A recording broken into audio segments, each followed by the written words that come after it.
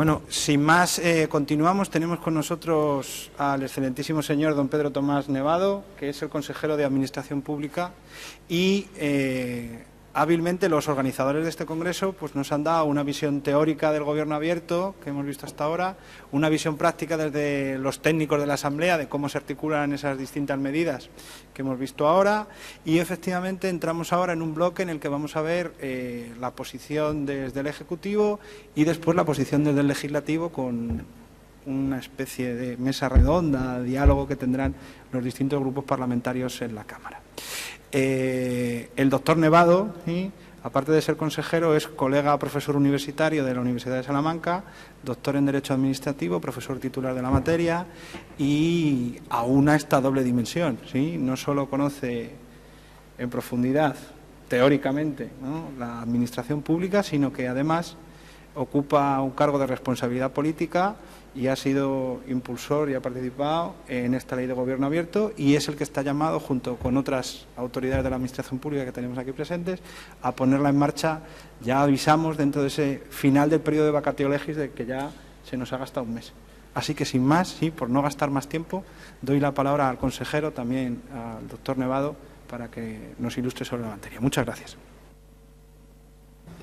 Bien, pues muchísimas gracias por esta cariñosa y amable presentación, y agradecer también, por supuesto, a la Universidad de Extremadura y a la Asamblea de Extremadura la invitación que se me hace. Yo la verdad que me siento muy cómodo siempre cuando estamos en un acto de estas características, habida cuenta que, como bien decía quien me presentaba, pues mi profesión fundamental es la de profesor universitario, y ya regresaré cuando terminemos en este periodo de responsabilidad gubernamental que nos han encomendado.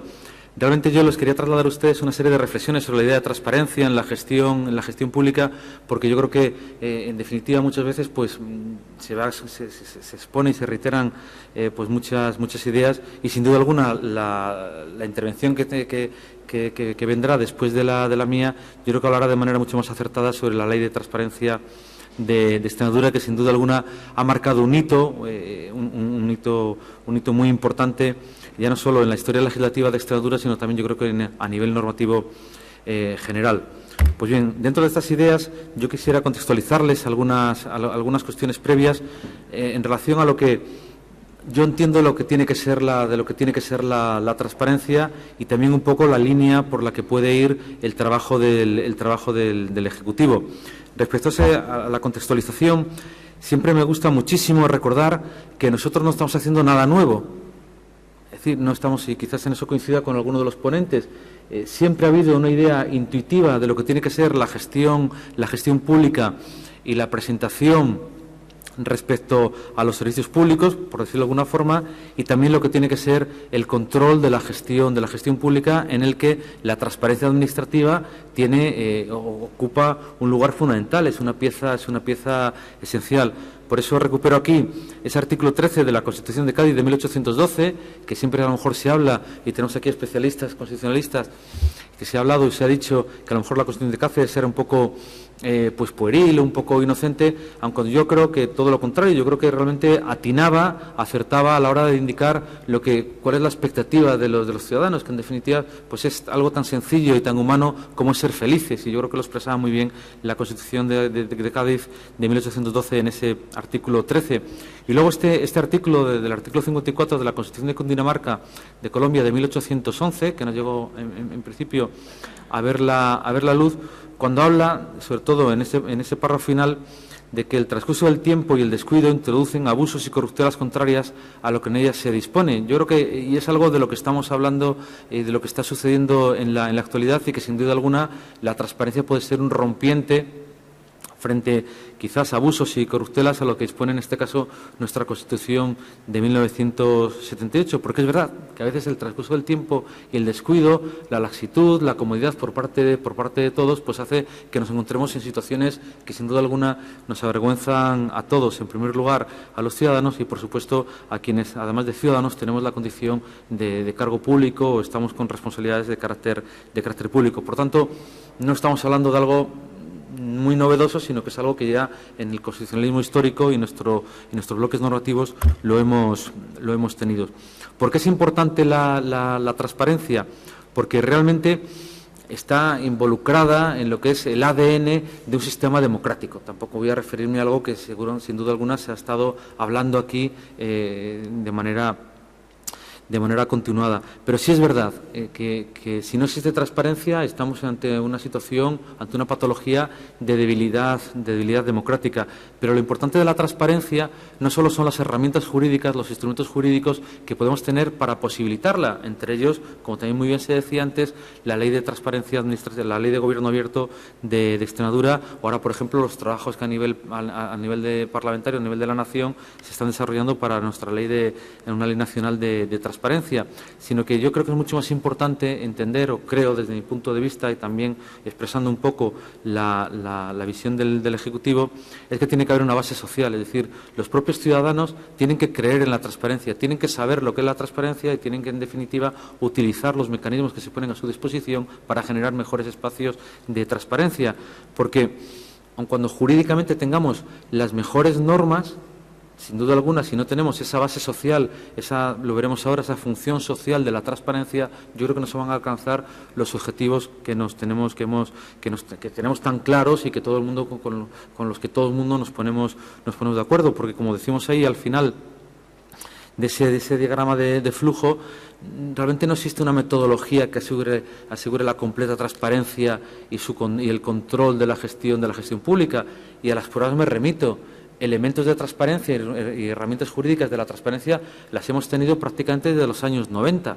Otra cosa es que nosotros ahora las pulamos, las sistematicemos mejor, pero existir han existido y, sin embargo, los resultados pues son más bien pobres, incluso desde el punto de vista de credibilidad y de imagen frente a los ciudadanos.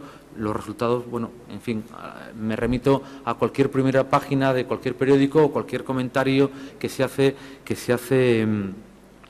a través de los medios de comunicación en muchas, por ejemplo, en muchas tertulias. Es decir, tiene que haber una base social verdaderamente involucrada y conocedora, y ahora me referiré a ello de manera mucho más específica sobre qué es la transparencia, porque la norma no hace milagros. Realmente la norma ayuda, la norma protocoliza, la norma, en fin, fundamenta, genera derechos y obligaciones, pero si no existe esa base social, yo creo que difícilmente se van a alcanzar, vuelvo a repetir, los objetivos que nos hemos planteado. Esta mañana escuchaba también en una tertulia de radio, la verdad que no sé quién hablaba, que decía, bueno, necesitamos una norma para asegurar la independencia de los jueces, precisamente hablando de la problemática de ese debate ahora que se suscita con la afiliación o no afiliación de los magistrados del Tribunal Constitucional. Y claro, yo decía, caray, pero si es que la independencia judicial, y ya habló aquí el profesor Alejandro Nieto sobre el tema, existe. Otra cosa es que sepamos utilizar, ¿verdad?, ese instrumento, esa herramienta. Por tanto, la transparencia como instrumento de control, que ahora nos preocupa tanto, si no tiene una base social, realmente no va a alcanzar los objetivos. Nosotros ahora, con nuestra Ley de Gobierno Abierto de Extremadura, si ahora, si Dios quiere, el 30 de septiembre, que se abrirá la plataforma web de transparencia, y más adelante en diciembre, la de Open Data, si los ciudadanos no la emplean, si los ciudadanos no exigen, no impulsan, no, en definitiva, valga la expresión, presionan, no vamos a alcanzar ni muchísimo menos los objetivos. Por eso es tan importante, dentro de quienes pueden ocupar alguna posición en la gestión pública y en el mantenimiento de nuestro sistema democrático, los ciudadanos, los operadores económicos, los medios de comunicación, los empleados públicos y las autoridades, la figura fundamental, esa es la de los ciudadanos, es decir, la base fundamental de todo el sistema. Sí es verdad que, sobre todo, por supuesto, a nivel de empleados públicos y autoridades, tenemos una responsabilidad propia en verificar y en cumplir con las prescripciones que la norma nos pueda llegar a indicar. Pero, sin duda alguna, la figura del ciudadano respecto a su participación en la vida pública y la generación de control social, que es muy importante, y piensen ustedes que muchos de los movimientos políticos que han tenido los partidos en los últimos tiempos han sido por movilizaciones de carácter social, por reivindicaciones de carácter social. No sabemos qué hubiera sucedido si no hubieran existido esas reivindicaciones de carácter social, pero lo que sí sabemos de manera cierta es que la reivindicación ha generado que se ponga en marcha la maquinaria legislativa y que tenga como un producto, un resultado, en este caso la Ley de Gobierno Abierto, la Ley de Transparencia y otra serie de normas que sin duda alguna acompañarán a la arquitectura jurídica que se está generando. Y ahí la clave de ese control social, de esa participación ciudadana, es sin duda la formación, a la cual me referiré, que parece una cuestión extrajurídica, pero que tiene mucho que ver con el rendimiento jurídico de las normas. Y también decirles que cuando se habla también de buena administración como resultado final de ese segundo diagrama de flujo, en esa nueva cultura de la gestión pública, nuevamente la participación ciudadana resulta esencial. Participación ciudadana que también ha existido y que existe, pero que, sin embargo, desde mi punto de vista, también eso es una opinión muy particular, cada uno de ustedes tendrá la suya, yo creo que no se ha ejercitado ni ha rendido en la medida que sería deseable. Es decir, desde el derecho administrativo nosotros tenemos instrumentos y órganos de participación ciudadana que, bueno, pues que tienen, quizás si nos pusiéramos a hablar en el ámbito territorial más cercano al ciudadano, que pudiera ser el local, pues bueno, pues salvo grupos pues muy sensibilizados o muy especializados por razón de la materia o del sector, las participaciones del ciudadano son en fin, de carácter más bien menor, y eso por supuesto no minimiza el impacto que tiene o la referencia normativa concreta. Y les decía que, por ejemplo, cuando ha estado en un punto en el cenit, en la cúspide de la reivindicación de movimientos pues de gran lanzamiento y de gran efecto mediático, como podía ser por los del 15M o estos señores y señoritas o estas personas que se reunían en la Puerta del Sol en Madrid y hablaban y reivindicaban de manera muy legítima y también muy acertada sobre la participación en la vida pública.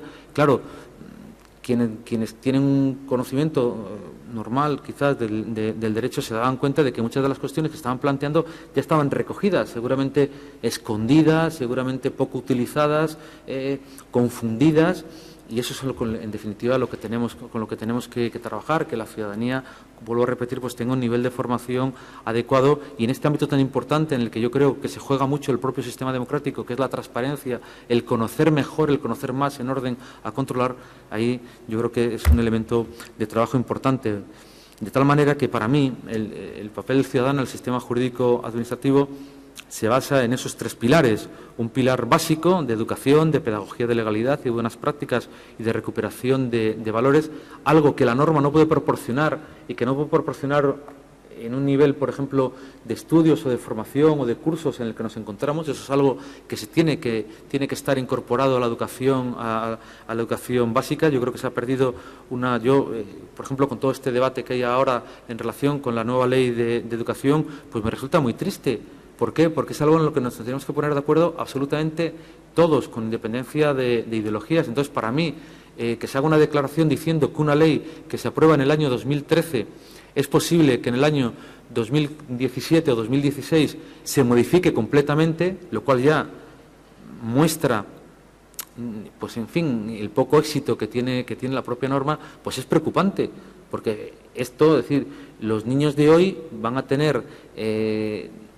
ser en definitiva, y fíjense ustedes qué obviedad les voy a decir, los futuros gestores públicos, los futuros ciudadanos, los futuros políticos, etcétera, etcétera, van a ocupar un puesto en la sociedad, y no hay norma o no hay reforma educativa y no hay sistema educativo que aguante su renovación, su modificación, por las razones que sean, cada 4 años, cada 5 años, porque realmente no da tiempo a que todo el periodo educativo del infante, del niño, pues se desarrolle con normalidad. Por tanto, eso es algo que deberíamos reflexionar. Deberíamos reflexionar sobre cómo es posible que en la democracia española hayamos tenido casi tantas reformas educativas como gobiernos.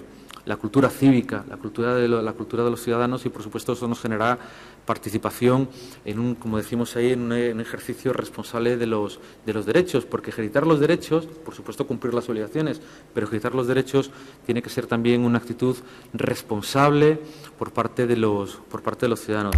De tal forma que yo creo que esa cultura cívica, pues, en fin, falta. Y les pongo varios ejemplos concretos. Fíjense esta noticia del diario Hoy. La Junta contrata en Segovia la edición del Diario Oficial de Extremadura. Eso no debería ser noticia. porque tenemos una ley de contratos de las administraciones del sector público y, por tanto, se puede presentar a la contratación del Diario Oficial de Extremadura una empresa de Castilla y León, una empresa de Aragón, una empresa de Cataluña o una empresa de Alemania, de Berlín. Y eso no debería ser noticia. Sin embargo, nos sorprende y, claro, decimos, caray, con la cantidad de empresas que tenemos en Extremadura, con la tasa de paro que tenemos en Extremadura, ¿por qué el poco dinero o el mucho dinero que tenemos en el ámbito de la administración en un contrato importante como es la publicación del Diario Oficial de Extremadura se lo lleva una empresa de Segovia? Es decir, hay que ver. Bueno, pues miren ustedes, es que esto es cumplimiento de la legalidad, puro y estricto cumplimiento de la legalidad. Claro, luego si vamos a los comentarios de la ciudadanía que espontáneamente expresan en los mismos medios, pues fíjense ustedes, qué poca vergüenza, pero ¿qué podemos esperar si tenemos hasta italianos que se refieren al director general de cooperación? Claro, ¿cuántas veces en muchos foros públicos se nos llena la boca diciendo que en la vida política tienen que estar los mejores, los más preparados, que haya transferencia de profesionales? Es decir, ¿por qué no vienen directivos del Corte Inglés, verdad? O digo del Corte Inglés, porque se viene a la cabeza, o de cualquier otra gran multinacional de éxito a trabajar en la administración? Y no, son los políticos, en fin, que no tienen carrera, no tienen estudios, no tienen un trabajo definido, etcétera. Bueno, pues miren ustedes, porque a lo mejor es que la propia ciudadanía no lo quiere. Y ya avanzo aquí una idea, es que tenemos los gestores públicos que los ciudadanos quieren. Es que los gestores públicos, los políticos, como ustedes los quieran llamar, son espejo de la sociedad, espejo de la ciudadanía. Y tal cual es la ciudadanía, tal cual son sus políticos y sus gestores públicos. Yo sé que eso es muy duro decirlo y siempre es muy fácil echar la culpa, ¿verdad?, a unos señores que están ahí, que de manera, y claro, entiéndanme ustedes, voy a defender lo mío, que de manera encomiable han dado un paso a resolver los problemas, que tienen que demostrar lo que dicen a, ¿verdad?,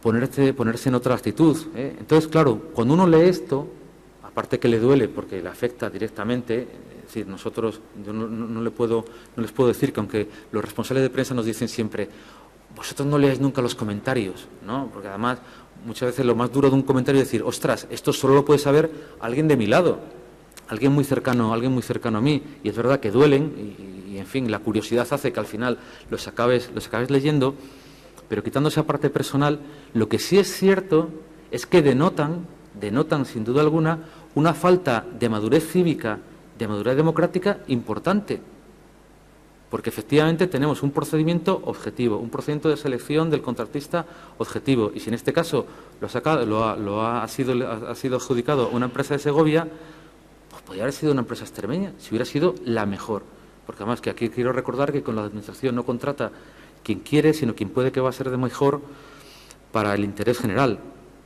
Lo típico, ¿qué pasa en Extremadura? No hay imprentas, aquí gato encerrado, ¿no? Enseguida, el complot, ¿no?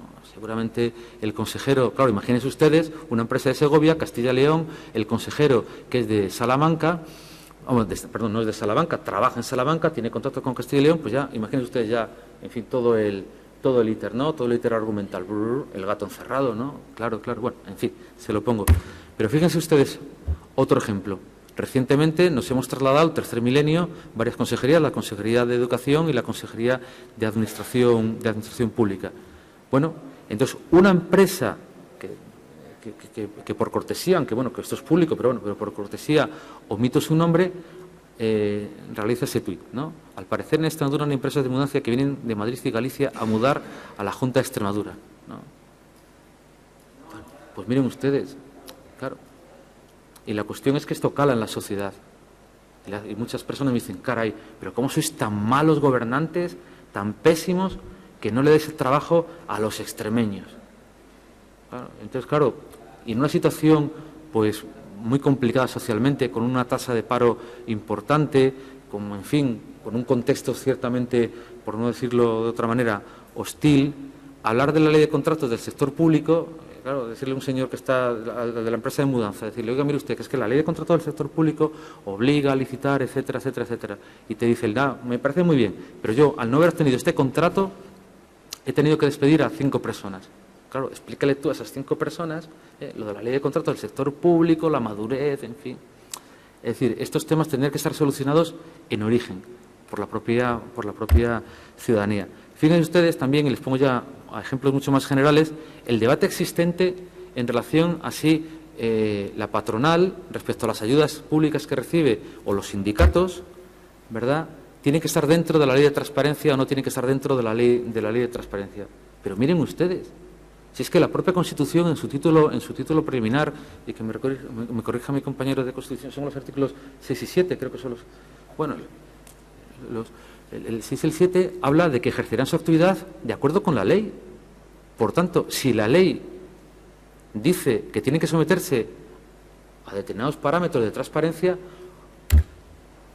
¿dónde está el debate? Es decir, ¿qué hay que discutir? Realmente, ¿qué tenemos que discutir?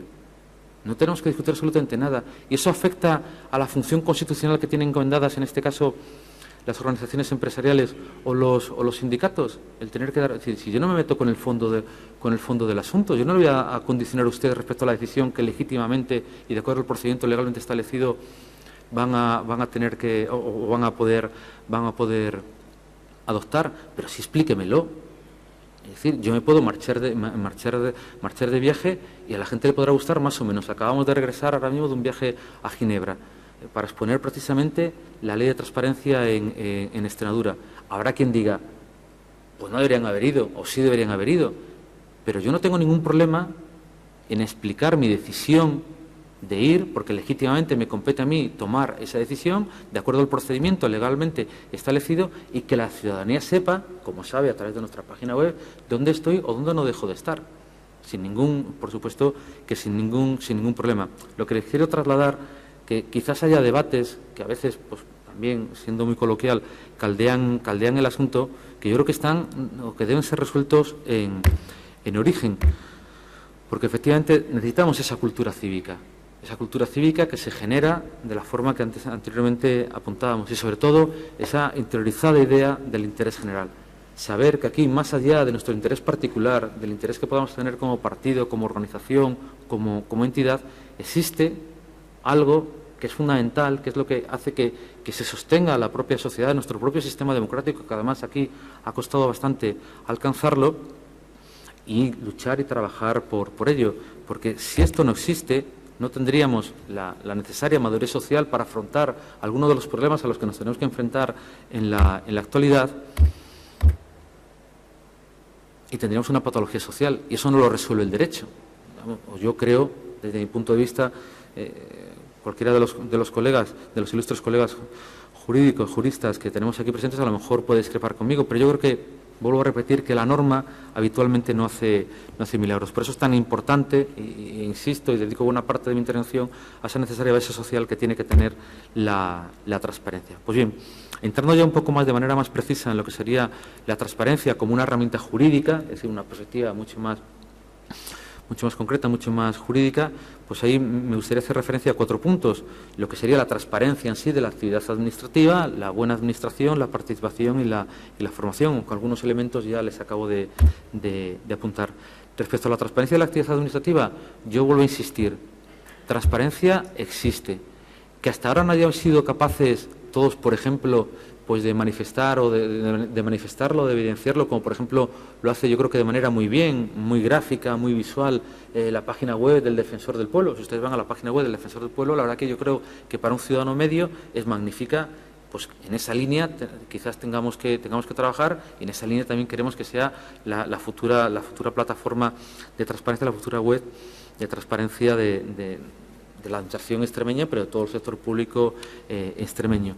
Pero si ustedes hicieran, imagino que aquí habrá mucha gente de derecho, hicieran una búsqueda, desgranaran, espigaran pues los elementos de transparencia que actualmente existen en nuestras normas, se darán cuenta que, bueno, pues hay un nivel ciertamente importante. El problema es que, vuelvo a repetir, permítame que sea tan reiterativo, quizás no hayamos sido capaces, ¿verdad?, de trasladárselo a la ciudadanía. Y respecto a lo que se tiene que conocer, bueno, pues yo en principio entiendo que se tiene que conocer todo. Es decir, lo que a todos compete, por todos tiene que ser conocido. Que no les digo el brocardo latino, porque no va a ser que no me salga, pues seguro que don Víctor Casco se lo sabe, lo de quod omnes tanget, ¿verdad? Pues, pero que eso estaba también en el medievo, es decir, que no es algo que nosotros ahora se nos haya ocurrido. Es que ya, es decir, en la formación del propio Estado moderno ya está, lo de que a lo que todos compete, por todos tiene que ser, pues todo tiene que ser conocido. Efectivamente, hay determinadas áreas vinculadas a la seguridad, la defensa, en fin, pues que quizás no tengan que ser conocidos por todos, pero sí por los representantes de los ciudadanos. Pero en principio, yo creo que no tiene que haber ningún problema, no tiene que haber ningún tipo de miedo a que sea conocido, todo. Es decir, si algún gestor público, y lo digo de verdad y lo digo de corazón, vamos, lo digo con convencimiento, porque yo les decía antes, tengo que regresar a la universidad y evidentemente para mí eso es un compromiso y una responsabilidad muy importante de que en el futuro yo pueda hablar como puede hablar cualquier colega, cualquier compañero, sin ningún tipo de mácula. Espero Dios quiera no tenerla. Pero ¿qué problema hay en conocer algo? Si decía que si alguien tiene algún problema en que algo sea conocido, mal. Y les aseguro que yo tampoco soy la Madre Teresa de Calcuta, ni tampoco es que sea, en fin, o sea que yo, por supuesto que, en fin, sudo, voy al cuarto de baño, en fin, y como cualquier persona normal. Es decir, que no tengo, que no soy un querubín, que no tengo naturaleza angelical, ¿de acuerdo? Y hay cosas que son, pues, más blancas y hay cosas que son más grises, pero en principio no se tiene que tener ningún problema, ¿verdad?, en conocer. Respecto a la idea de buen gobierno, y nuestra ley de gobierno abierto de Extremadura incorporó algunos aspectos, algunos parámetros de buen gobierno y de buena administración, resulta esencial porque, como veremos también más adelante, la técnica, el que haya unos protocolos, unos procedimientos resulta fundamental. Es decir, de nada sirve que hagamos una declaración de buenas intenciones, un desideratum respecto a la transparencia o respecto a la democracia, si no le otorgamos los elementos, los vectores, las paredes maestras necesarias para poderla cumplir. Y ahí es muy importante el buen gobierno, las ideas de buen gobierno, la existencia de unos principios éticos, de unos principios de actuación, unos elementos que regulen cuál tiene que ser la actuación de un gobierno en funciones, para no aprovechar el periodo del ínterin entre la salida del anterior gobierno y el nuevo gobierno para dictar determinados actos que pueden comprometer el propio futuro de la región o de la administración que se trate, y sobre todo ya no solo acompañarlos de esa mera declaración, sino también, por supuesto, de la reacción jurídica correspondiente. De ahí que también ustedes que estarán al día de las iniciativas legislativas en esta Cámara, pues sepan que recuerden que, aparte de la Ley de Gobierno Abierto de Extremadura, tenemos también otra norma muy importante, que va a ser la ley el Estatuto de Cargos Públicos, para poder reaccionar a los casos de incumplimientos de la Ley de Gobierno Abierto, porque si no nos quedaríamos también, pues eso, en una declaración de buenas intenciones. Si ustedes también repasan un poco a través de cualquier buscador declaraciones de buenas intenciones, de prácticas de buen gobierno, código de buen gobierno, en fin, pues encontrarán ustedes una verdadera legión normativa, ¿verdad?, que luego uno se sorprende de qué escaso rendimiento ha tenido. Y respecto a la buena administración, pues bueno, que son prácticamente mantras que se repiten: racionalización, simplificación, los modelos de gestión, pero que para un administrativista que cree en la norma y que cree en el Estado de Derecho, como imagino que todos los juristas y sobre todo los que nos dedicamos al derecho público, es sencillo. Y fíjense que no les digo relativamente sencillo, es sencillo. Es decir, son unos protocolos, son unos procedimientos que hay que cumplirlos y por tanto nos llevan a un resultado. Porque lo que sí es cierto es que la falta de técnica en la gestión, en definitiva la mala gestión, nos lleva a resultados indeseados.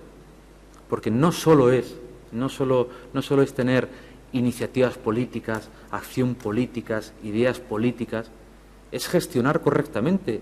Y gestionar correctamente, digo, ajustarnos a lo que la legalidad y también, por supuesto, que el sentido común nos determina.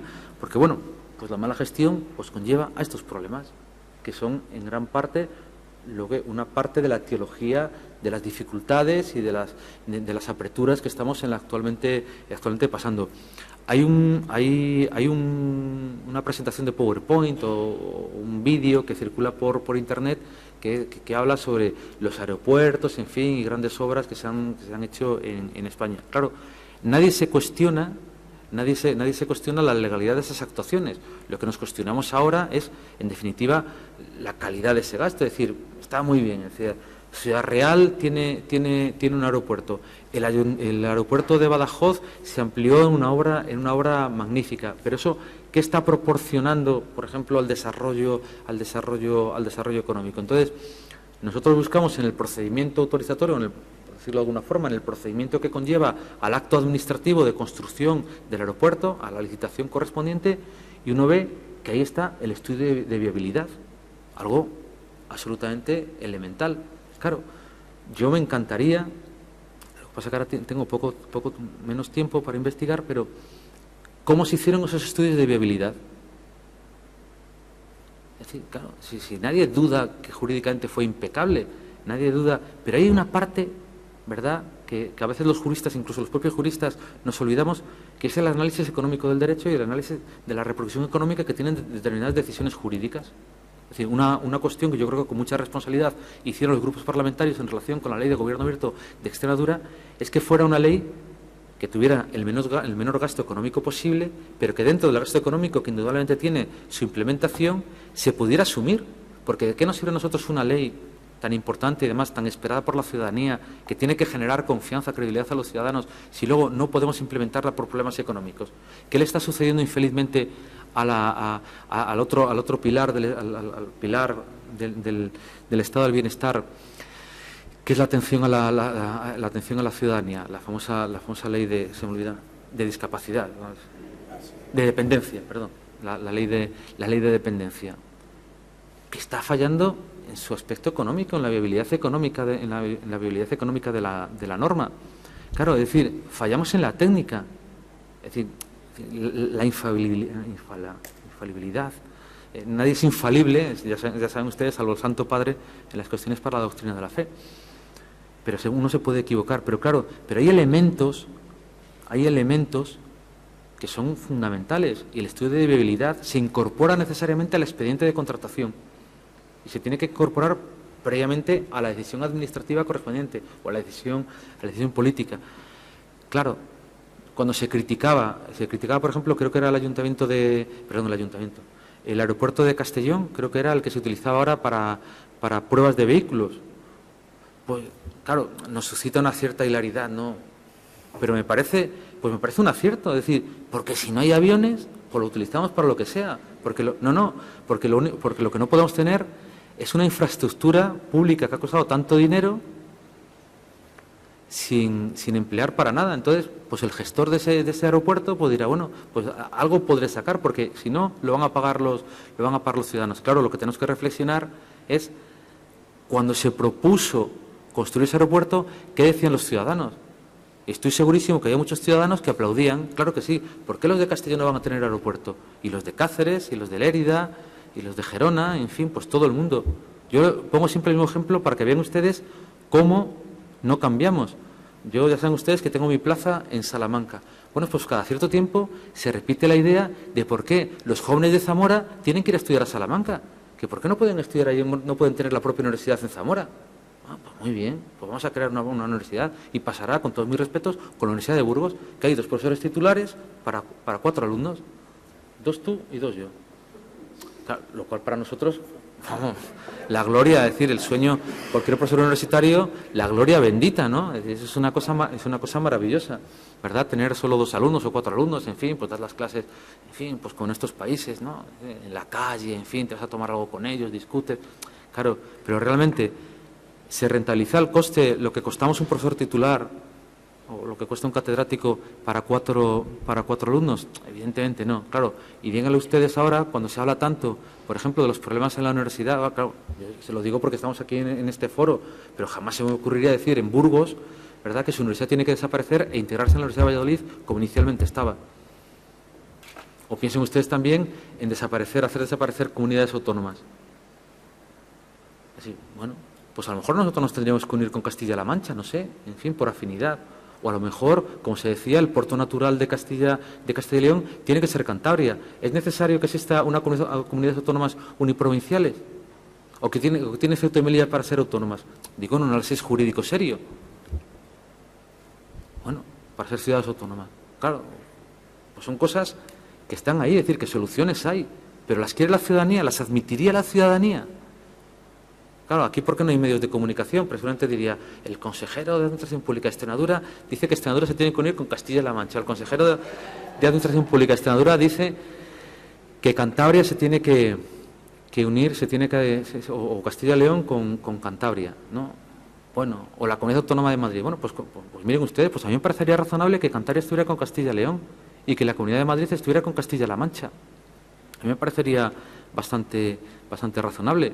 En fin, pero bueno, lo digo simplemente como supuestos de laboratorio para decirles que no tendrían, que estos planteamientos que yo hago, seguramente pues no tendrían ya no solo ni nadie que los hiciera realmente de manera cierta, ni tampoco la aprobación por parte de los ciudadanos. Pero retomando otra vez la idea que yo les quería plantear en este caso, que la técnica es importante, es decir, y les ponía el ejemplo, es decir, el proyecto de viabilidad no es cualquier cosa, por ponerles un ejemplo, o contratar bien no es cualquier cosa, porque al final tenemos ese problema de pérdida de recursos, de absorción de recursos sin rendimiento, y al final lo que ponemos en grave riesgo, como decimos ahí, pues son los servicios públicos y el estado del bienestar. Quizás el servicio público que los ciudadanos podemos apreciar, entre otros muchos, pues pudiera ser el de la sanidad. Por tanto, ya no solo es que sea importante desde esa perspectiva que yo les apuntaba, sino también desde la perspectiva de competitividad institucional. Tener una buena administración, tener una administración cierta, segura, transparente, fortalecida democráticamente, es decir, que tenga músculo democrático, genera también competitividad institucional, que es lo que estamos tratando de desarrollar a través del gobierno, de las actuaciones del Gobierno de Extremadura, que es verdad, nuestra comunidad autónoma puede tener algunas deficiencias o algunas debilidades, mejor dicho, algunas debilidades históricas, pero sí que tratamos de ser competitivos institucionalmente. Esto es, que ya no solo tengamos suelo, tengamos recursos, tengamos una mano de obra muy preparada. Piensen ustedes, por ejemplo, pues en los graduados en nuevas tecnologías de la Universidad de Extremadura, pero sobre todo también que el posible inversor que quiera mirar a Extremadura como se le ofrecen otras muchas regiones, ya no solo de España, sino de Europa y del mundo, es decir, porque ahora existe una auténtica carrera a ver quién ofrece más y mejor, pues vea nuestra administración una administración segura, cierta, como decimos ahí, competitiva institucionalmente. Por tanto, asegurar la técnica, asegurar la buena administración, en definitiva, cumplir con los plazos, es muy importante. Es algo es decir, yo pongo el plazo que sea, pero vamos a cumplirlo. Es decir, ponemos 3 meses, ponemos 2 meses, 2 meses, ponemos un mes, pero vamos a cumplir los plazos como un elemento básico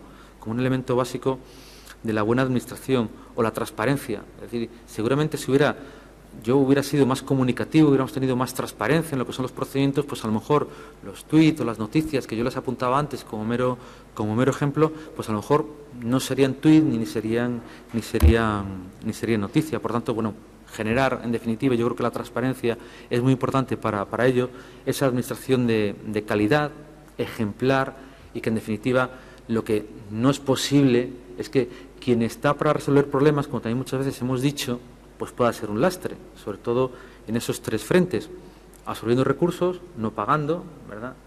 Y sobre todo deslegitimando al sistema. Porque miren ustedes, los problemas jurídicos, y bien lo saben sobre todo los que son de derecho, se resuelven, ¿de acuerdo? Es decir, el problema del señor Bárcenas, ahora, el problema que pueda haber de cualquier tipo de mala práctica o de corrupción pública, no pasa nada. Si eso, pues como un médico que se tiene que enfrentar a una enfermedad, jurídicamente se resuelve, ¿de acuerdo? Y nosotros en España vemos que el sistema funciona perfectamente, tenemos un poder judicial que funciona perfectamente y realmente quien la hace recibe la respuesta que el ordenamiento estipula, no hay ningún tipo de problema. Pero ¿qué es realmente lo que a mí me preocupa de toda la situación que estamos padeciendo?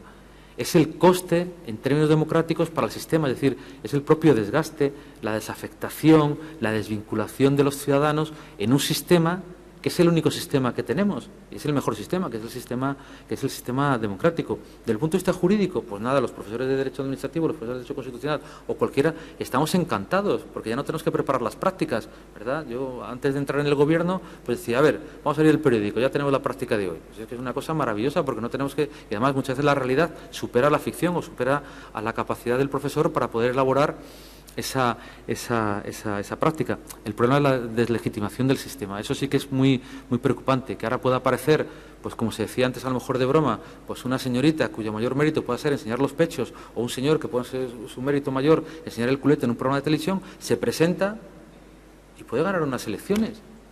Claro, ya sé que me meto en un terreno muy blando y muy frágil, que claro, yo no le puedo decir a nadie a quién tiene que votar, evidentemente, pero bueno, permítanme ustedes que pensar como ciudadano, no como consejero ni como profesor universitario, que evidentemente yo no voy a votar nunca a una persona cuyo mayor mérito sea eso, enseñar los pechos, o uno que enseña el culete. Yo, la verdad que, en fin, prefiero otras virtudes, otros méritos, más allá de lo que les estoy indicando de manera un poco chusca. Respecto a la participación, bueno, pues esa participación con esa formación, y ya voy terminando porque si no mis compañeros ya me miran con una carita. Esa participación con ese nivel de madurez, de cultura, y en este sentido yo creo que nuestra ley de gobierno abierto, y también, claro, tenemos que defender lo que hemos hecho nosotros, y lo que han hecho fundamentalmente los grupos parlamentarios y tangencialmente la consejería. Pero sí es verdad que yo creo que nuestra ley ha marcado un hito desde el punto de vista de la participación. Yo creo que ha sido un procedimiento relativamente novedoso en la elaboración legislativa de la Asamblea de Extremadura, del Parlamento de Extremadura, pero que ha sido una buena experiencia. Yo creo que es una experiencia que tenemos que repetir, y después mis compañeros diputados se referirán a ello. Es decir, ha funcionado bien, y por lo menos nadie nos podrá decir, y nadie podrá decir nunca, que la Ley de Gobierno Abierto de Extremadura ha sido una ley elaborada a espaldas de los ciudadanos, porque los mecanismos se han puesto todos, y repito, yo creo que ha sido una buena experiencia. Y respecto a la participación que contempla la propia norma, bueno, pues ahí tienen todo un listado, una serie de derechos que indudablemente tienen una proyección en la vida pública, una proyección en la gestión pública ciertamente importante. Si yo me pusiera a analizar cada uno de ellos, a lo mejor podríamos indicar que, como decía antes, también pues algunos ya se conocían, pero sí que ahora los tenemos mucho mejor sistematizados, mucho más concisos, mucho más claros, y sobre todo mucho más accesibles al ciudadano medio, que eso es lo que interesa. Y como ya referencias concretas, ese portal de transparencia y participación ciudadana que tendremos, si Dios quiere, como les decía, en septiembre, y luego el portal de Open Data para reutilización de datos en diciembre, el Consejo Extremeño de Ciudadanos, vinculado al Parlamento, que fue, además, después quizás lo comenten, que fue uno de los elementos que más debate y más interesante resultó, y algo yo creo que importante también en la línea de lo que apuntaba antes, de lo que les referenciaba antes, que es el fomento administrativo de la participación a través de la educación. Ahora me refiero a ello, es decir, que existe una obligación por parte de los poderes públicos, y especialmente del Poder Ejecutivo, del Gobierno de la región, de fomentar la participación. Y terminaría con la formación. Miren, yo creo que y el otro día, precisamente hablando con el presidente del Consejo, del Consejo de la Juventud, que él es scout, en fin, yo también lo soy, porque hacemos scout un día, scout siempre hablábamos de la formación no formal. Y de manera, en fin, pues prácticamente espontánea, pensaba en esto y lo incorporaba precisamente para esta presentación, porque fíjense, yo creo que algo está fallando en la formación formal. Si se dan cuenta, muchos de los casos que estamos padeciendo ahora, la educación formal, no digo que no habilite para el desempeño de una profesión, que no dé aptitudes, capacidades, en fin, todas estas cosas que ahora nos enseñan con los pedagogos, los auténticos líderes del mundo, ¿no? Los pedagogos, que son los que nos marcan el ritmo para bailar en la educación, no solo para los niños, sino también para los mayores. Bueno, pues algo está fallando, porque si no, no me puedo creer que personas formadas, con unos currículums magníficos, a veces hagan lo que hagan, o a veces hagamos lo que hagamos. En fin, no sé si ustedes les puedo hacer llegar esa reflexión. Es decir, el señor Bárcenas, por ponerle un ejemplo, o el señor, o el antiguo presidente, el presidente de Baleares, o la persona que era responsable del Palacio de la Música en Cataluña. Ustedes leen sus currículums, si tienen oportunidad, y no son cualquier persona. Es decir, entiendan ustedes, es decir, por tanto, no es cierto que mayor educación sea sinónimo de mejor gestión desde el punto de vista de moralidad y de honestidad. Por tanto, algo falla. Yo creo que lo que falla, y también yo se lo lanzo a ustedes como una reflexión, es la formación no formal, es decir, la formación que se puede dar de otra manera, y que yo creo que ahí las asociaciones y entidades del tercer sector pueden proporcionar mucho en la generación de una serie de valores. ¿Se acuerdan cuando yo les exponía los pilares básicos de la formación cívica del ciudadano? Hablaba recuperación de valores. Pues bien, por lo que sea, no se está impregnando a los niños, a los universitarios y a la formación posuniversitaria de los valores que la sociedad y el sistema democrático necesita. Y por eso yo les lanzo esa idea de la formación no formal que se le tiene que dar, y además en eso los poderes públicos tenemos que trabajar en darles más importancia quizás que la que hasta ahora les hemos dado, pero bueno, se lo lanzo como mera reflexión para generar, vuelvo a repetir, una base social mucho más sólida, mucho más musculosa. Y ya para terminar, el sistema de garantías. Cualquiera de los planteamientos que aquí se hacen, que son todos ellos bien intencionados, sobre los que estamos de acuerdo, sobre los que nadie dice que no, es decir, todo el mundo asiente, si será los ciudadanos. Ustedes ayer, por ejemplo, escuchaban o ayer o antes de ayer, escuchaban a la presidenta del gobierno de Aragón, y todos podíamos suscribir, yo creo que desde Izquierda Unida al Partido Socialista o cualquier ciudadano, todo lo que decía. Digo, en esencia, si destilamos lo que sería, pues, la honestidad en la gestión, la transparencia, los principios éticos, los principios de actuación de naturaleza ética, en fin, bueno. Y sobre eso se lleva trabajando y escribiendo. Bueno, la verdad, yo les vuelvo también a espolear para que un día vean desde los años 90 todo lo que se ha escrito y todo lo que se ha dicho sobre el tema. Pero siempre falla algo, que es la reacción jurídica ante el incumplimiento. Sí, nosotros estamos aquí hablando de mucha transparencia y el consejero está hablando de transparencia, los diputados, etcétera, en fin. Pero ¿qué pasa si no lo hacemos? ¿Qué reacción hay? La reacción política de una comisión en la que se le tiran de las orejas al consejero y se le dice, oiga, que usted dijo esto y todavía no lo ha cumplido. Pues sí, la verdad que quien puede tener un poco de vergüenza política, pues no le gusta que le llamen la atención, evidentemente, y inmediatamente se supone que toma medidas en el asunto. Pero si es un cara dura, y si es un cara dura que no quiere, vamos a hablar con claridad.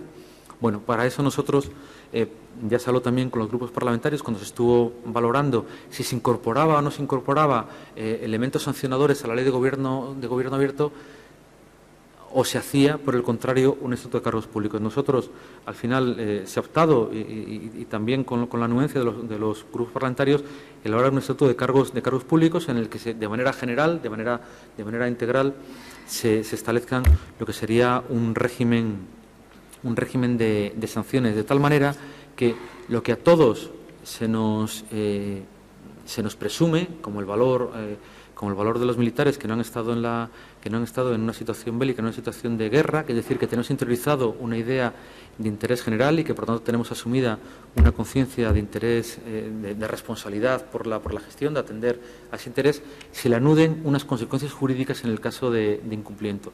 De ahí que tengamos ya propuesto por parte de la Consejería, de manera coordinada, por supuesto, con el Parlamento extremeño, con la Asamblea de Extremadura, ese estatuto de cargos públicos que, por avanzarles algo, pues puede llevar incluso a sanciones de inhabilitación en el territorio de la comunidad autónoma, lo cual, si Dios quiere, sale con el consenso también de los grupos parlamentarios, una vez se tramite, por supuesto, el procedimiento parlamentario, pues será una de las sanciones, quizás sanción administrativa, que no estamos hablando de pena criminal, de sanción administrativa, pues quizás de las más severas y más novedosas que pueda haber en el cuerpo normativo general, que sin duda hasta donde yo conozco, por supuesto, que sin duda será un referente. De igual forma que ahora nosotros, Extremadura se ha convertido en un referente desde el punto de vista de la transparencia, pues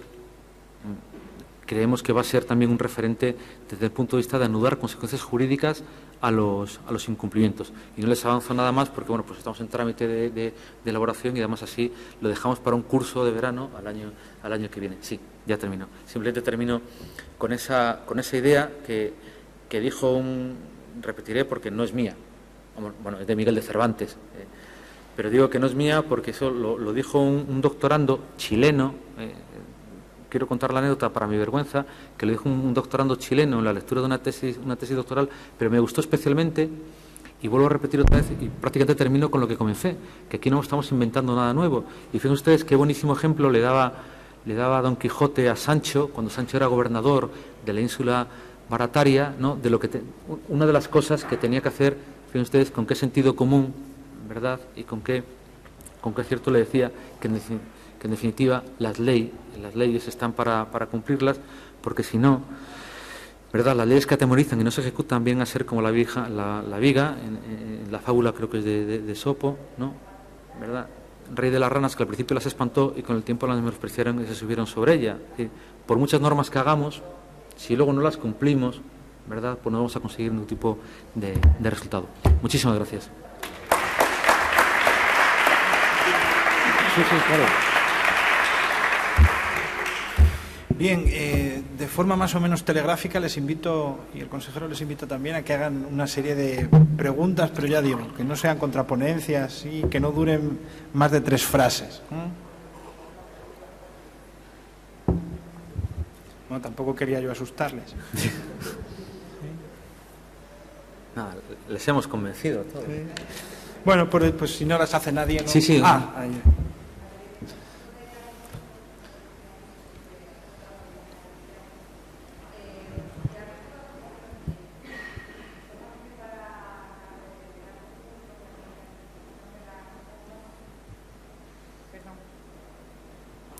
Sí, el ámbito subjetivo de aplicación de la... Sí. Claro. Hay una de las principales... Sí. No, como el ámbito de aplicación de la ley en general también afecta a administración local, por ejemplo, pues no sé si ese estatuto también afecta a otras administraciones. No, en este caso sería solo para la administración autonómica. No nos hemos querido meter en principio, porque también hay un problema ahí competencial. Pero lo que sí es importante, y quizás una de las principales novedades que va a aportar ese estatuto, cuando en su día, si Dios quiere, vea la luz, es que ya define perfectamente lo que es cargo público, que eso es algo que muchas veces no tenemos claro. Yo les pongo ahora, por ejemplo, un eventual es cargo público, tiene que asumir las responsabilidades inherentes a, por ejemplo, a las que pueda tener un alto cargo de la administración. Claro, pues ahí, por ejemplo, diferenciamos. Pues no es lo mismo un eventual como puede ser el conductor de la consejería, el conductor del consejero, diferenciamos del que puede ser un asesor parlamentario, porque el asesor parlamentario sí que puede participar en decisiones que se adoptan en la consejería. Sin embargo, pues el conductor del consejero, en principio realiza, es verdad que es personal de confianza, pero no participa en la toma de decisiones al mismo nivel ni con la misma capacitación que participa cualquier otro eventual de la consejería. ¿De acuerdo? Por tanto, diferenciamos perfectamente, por ejemplo, en ese campo de los eventuales, y se define perfectamente el cargo público, que no solo es la autoridad pública en sentido estricto. Muchas gracias. ¿Más preguntas igual de telegráficas? Bien, pues ponemos fin aquí a la interesante conferencia que nos da el doctor Nevado Batalla.